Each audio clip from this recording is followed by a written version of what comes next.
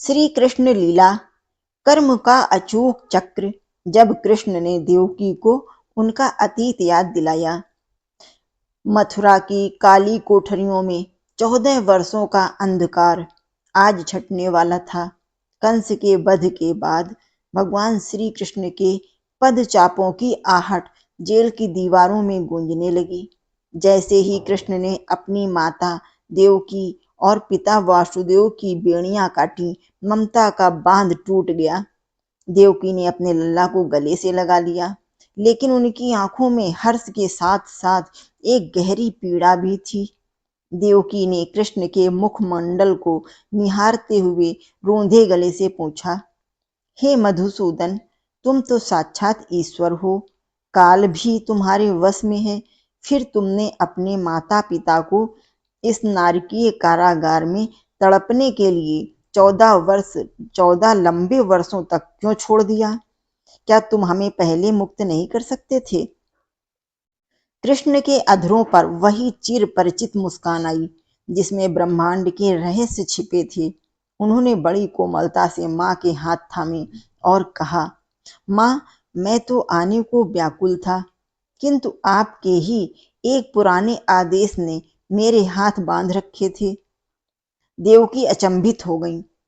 मैंने मैंने तुम्हें कब रोका पुत्र?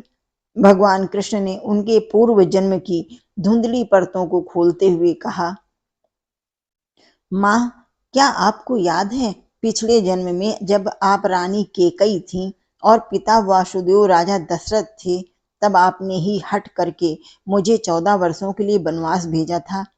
पिता दशरथ न चाहते हुए भी वचनबद्ध थे, इसलिए वे विवश रहे।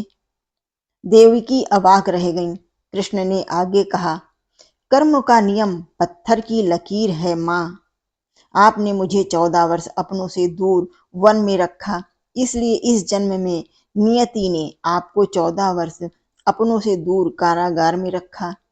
यह किसी का दिया दंड नहीं, बल्कि कर्मों का संतुलन मात्र था। देवकी की आंखों में पछतावे के आंसू थे।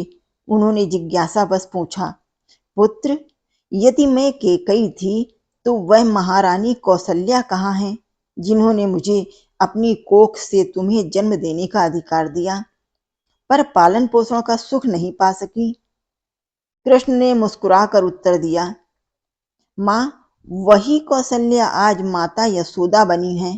पिछले जन्म में उन्होंने मुझे वन जाते देखा था, पर मेरा बाल सुख नहीं ले पाई थी, इसलिए इस जन्म में प्रारब्ध ने उन्हें मेरा बचपन और आपकी गोद सूनी रखी। यह प्रसंग हमें सिखाता है कि कर्म एक ऐसी परछाई है जो जन्म जन्मांतर तक पीछा नहीं छोड़ती। ईश्वर भी बंधे हैं।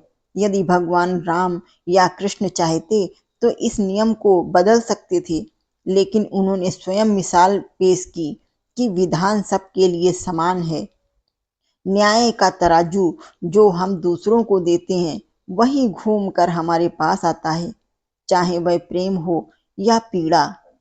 मुक्ति का मार्ग, कर्मों के इस जाल से बचने का एकमात्र तरीका नित्य मुक्ति और ईश्वर की शरणागति है। जय श्री कृष्ण, जय श्री राम, राधे राधे।